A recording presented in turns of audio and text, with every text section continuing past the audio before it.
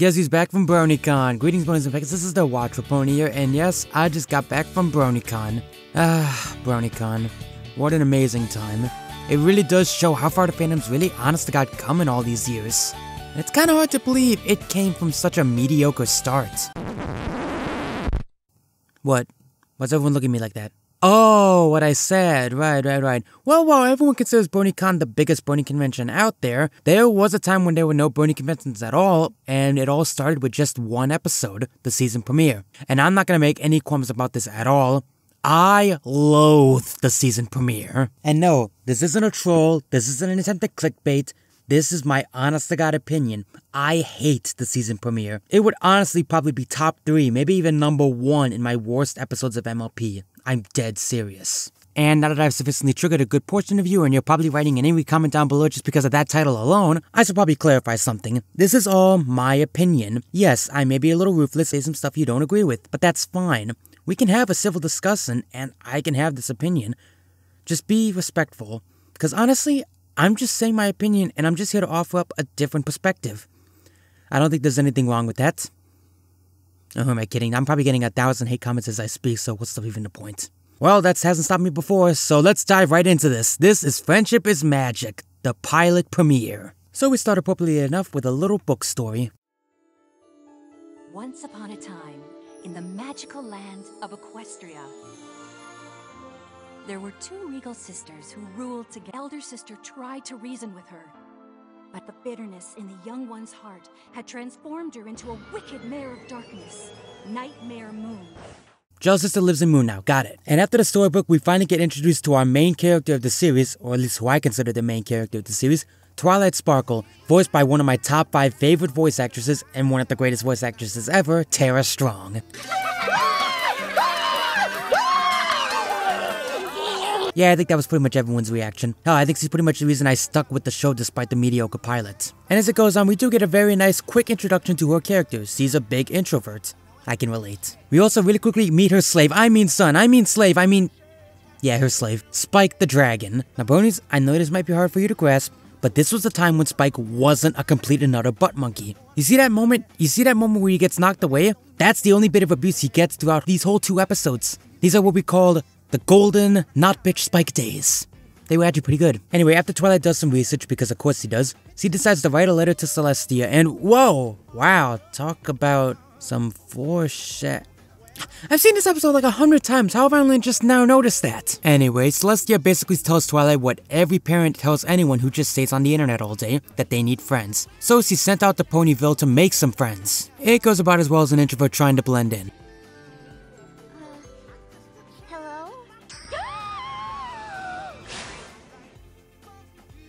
Well, I've seen worse introduction for characters.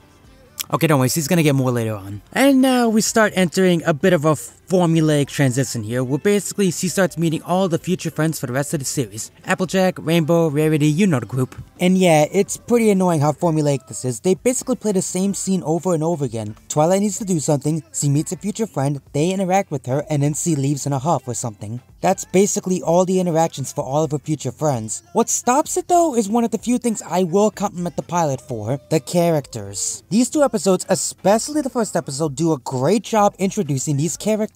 I already feel like I know all their basic personality traits in the span of only 5 minutes. Applejack, Rarity, Rainbow, Pinkie Pie, Fluttershy, I feel like I already know everything about these characters in the span of only a couple minutes interacting with them. And I know some people are gonna say that's the point of a pilot episode, but I don't think you realize how super rare or super hard this is for this episode in particular. Most shows only have 1, maybe 2 main characters that they gotta flesh out, and the rest they flesh out over the rest of the series. Gravity Falls, for example, just has to worry about Dimple and Mabel. The rest can get some character development later in the series. This episode has 6, not counting Spike, Celestia, or Nightmare Moon. So I'll give credit where credit is due that the episode did a great job introducing these future main characters. especially as many as there are in such a short amount of time. And speaking of those interactions, I do like the characters that we do get. Applejack's a hard-working family pony. I can respect that. I like my family. Rainbow Dash, I don't know why, but I instantly connected with her for some reason. Maybe it's just because I like her attitude. Fluttershy is just as much an introvert as Twilight, only except she's also super shy, which I can also relate to. I'm also super shy. That is until something interests her. Again, I can relate to that. I'm the same way. I'm super shy until you get me on a subject I know. Then you have the opposite problem, get me to shut up. And Rarity, I didn't entirely hate. Okay, I'll be honest, Rarity probably gets the shortest end of the stick. She really doesn't come out as a character until Suited for Success. Until then, she's kind of the prototypical prima donna fashionista. And after all those interactions, we finally get the bane of Fiara's existence, Pinkie Pie. Oh, how do I even begin to describe Pinkie Pie? Honestly, I can't. Moving on. We then finally start getting the essence of conflict itself when Nightmare Moon rears her ugly head. And it ends on a to be continued. Okay, a bit of a shady tactic, but you know what? That's a pretty convincing to be continued. I'm pretty hyped, let's keep going. Twilight surmises that the only way to defeat Nightmare Moon is with the elements of harmony. With the help of Pinkie Pie, of course. And they have to enter the Everfree Forest in order to find it, which is apparently hyped up as a pretty big deal. Oh, Everfree Forest, back when you were still menacing. I'm so sorry. And apparently Everfree was always destined to fail because right here when they enter the Everfree Forest is where the episode dies for me. Yeah, the show's been doing a relatively good job exploring the characters and the characters have been pretty good. Yeah, it's been super formulaic and not super funny, but I've been willing to forgive that up until now. I can't forgive it anymore. You remember that very formulaic beginning of the episode where they had to repeat the same formula over and over again? Yeah, let's do that again. Only this time, let's drag it out to high heaven, make it painfully obvious which character has which element, and have it make no friggin' sense. Okay, that's not entirely true. Fluttershy is the only one that makes perfect sense. She showed kindness to a creature that was obviously in pain instead of fighting it. Perfect. That made sense. What the hell was with Applejack? Convincing your friend to take a semi-leap of faith, essentially, to drop to her death? How is that a test of honesty? That's reckless and stupid. Pinkie Pies? Well, I mean, they're technically illusions, so I guess it makes sense. But Rarity, oh god, I think Rarity gets the worst out of all of them. Okay, look, I get it. Putting a test of generosity in, that's gonna be kinda hard to figure out. But there had to have been a better solution than this. Giving a sea serpent a new mustache by cutting off your tail? I think this calls for an epic facepalm. And Rainbow Dash is one that's somewhere in between. On one hand, I do see that they needed to put a test of loyalty, and this is the only way I could think of. But there had to have been lesser stakes than letting your people die and plunging the entire world into eternal darkness just by serving a bunch of pseudo Wonderbolt wannabes. And oh boy, if you're not liking my tone, then you're definitely not gonna like as I keep going, because I want you to look at this. Are you noticing how the main six are just casually walking through the forest as the whole world's being plunged into eternal night? Yeah, there's the problem. Eternal night's not super menacing. Nightmare Moon is a horrible villain. I'm sorry, but she is. Okay, look, she's got a good backstory, and I will never take away her amazing design. But she's a non-entity in this whole friggin' episode. When she shows up, I'm not like, oh crap, the villain's here. I'm like, oh right, you were there. Not to mention, plunging something into eternal darkness, there's no sense of urgency because of that. I mean, yeah, you're gonna kill a bunch of crops, people are probably gonna freeze, but not in one night. Maybe a week, half a week, at the very minimum. And because there's no sense of urgency, I end up being bored because there's no sense of like, are they gonna make it? Are they not? No, I'm just like, just get to them, Marty. Just get to her already. And no, not even the characters we've grown to like can save it because they're basically repeating what we've already seen in the first half. The only character that actually gets semi-more development is Rainbow Dash, and that's because we didn't know if she's loyal or not because of her attitude. But Rarity, Applejack, Fluttershy, and Pinkie Pie, we already kind of know they act like this. Especially Pinkie Pie, which, oh yeah, let's quickly talk about Pinkie Pie. So, a show that's gonna have musicals. It's important to have your first musical number be a high note. Giggle at the Ghosties is a fun, fine song, but in my opinion, it's one of the worst. Because in my opinion, it commits a cardinal sin. It wastes your time. It doesn't add anything to the story, and doesn't do anything that simple talking couldn't do. And again, songs are often used to eat up time or explain a lot of stuff in a short amount of time. Giggling is not something that needs a full song, and I know the show knows better than that because they did it a couple episodes later with Winter Wrap-Up. The Winter Wrap-Up song is not only good, but it doesn't waste your time. It explains the holiday and gets all the traditions out of the way super quick so you can get back to the episode. Giggle at the Ghosties, on the other hand, just feels like a filler song, and quite frankly, in your pilot episode where you need to get a lot of character development and information out really quickly, you don't need filler. But you know what? Despite all my bitching, I could have literally forgiven all of this, literally all of this, if it wasn't boring.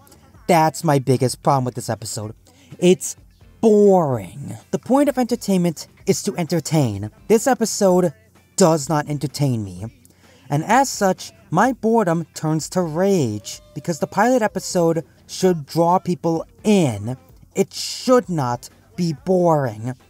And that's why I'm being so hard on it, because I know this show has done better and knows it can do better. And I also know for a fact that Lauren Faust can do better than this. You wanna know why I know that? Because the episode ends perfectly. No joking, no exaggeration. It ends on the perfect possible note this episode could have ever received. The ending, when they finally receive the elements of harmony, that's a legitimately heartfelt, kick-ass moment. I'm finally cheering, and I'm finally invested, and I'm finally excited. Oh, and no, I'm not gonna make a Taste of Rainbow joke. Everyone's done that joke, shut up. And by the end of it, I want Twilight to stay with these awesome ponies, and she does, and it feels good. It ends on a perfect note. I wish the rest of the episode could have been that good, but I'll give credit where credit is due. It ends on a perfect note. It's not enough to forgive the fact that this was a mediocre, boring slog of an episode. But despite all my rage, despite anything I've said right now, it's good that the first episode's bad. I know, I probably sound crazy, but it is. It means the show's improving. It means the show's learning. It means the show is always getting better. And as long as there will always be episodes that are better than the premiere, then the show will always be one of my favorites. So you know what? I'm glad the first episode is so bad in my opinion. I'm glad I hate it so much. Because it means that I can always appreciate episodes despite how bad they get, that they're never as bad as when it starts out, and that it's always improving. And it's what drives me to improve. Of course, it's not the only reason. It's also the people who heavily support me monetarily, which I need to do that wholeheartedly and sincerely, because this was a Patreon reward on my reward tiers for Patreon. I promised that I would review this episode if I got enough money, because I felt if I was getting enough financial support like that, then I would be a good enough reviewer to do this episode justice and to articulate myself well enough. And I hope to God I was able to do that, because I want to say thank you. I want to say thank you to my loyal Patreoners who are supporting me, and I hope that I receive many more in the future, and that I hope I can always keep improving. And I can't think of a better note to end this on, so I'm just gonna say I'm the Watcher Pony, and this is why Brony. I'll see you guys next time.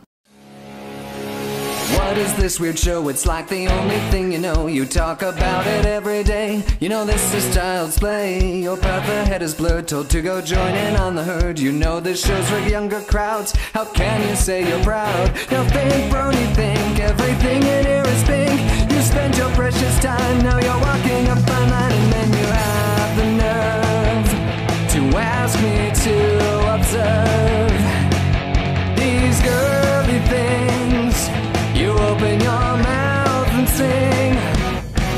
Ponies aren't just for girls, let this tale unfurl. Twilight sparkle, pinky pie, applejack and fluttershy. Do not be afraid, we will never fade. Rainbow Dash and Verity, join the herd, and you will see. Hey, this show's not bad, I'll give it to you, I'm real glad. I never thought I'd like this stuff, thought I was just too tough. I'm sorry I was rude, I feel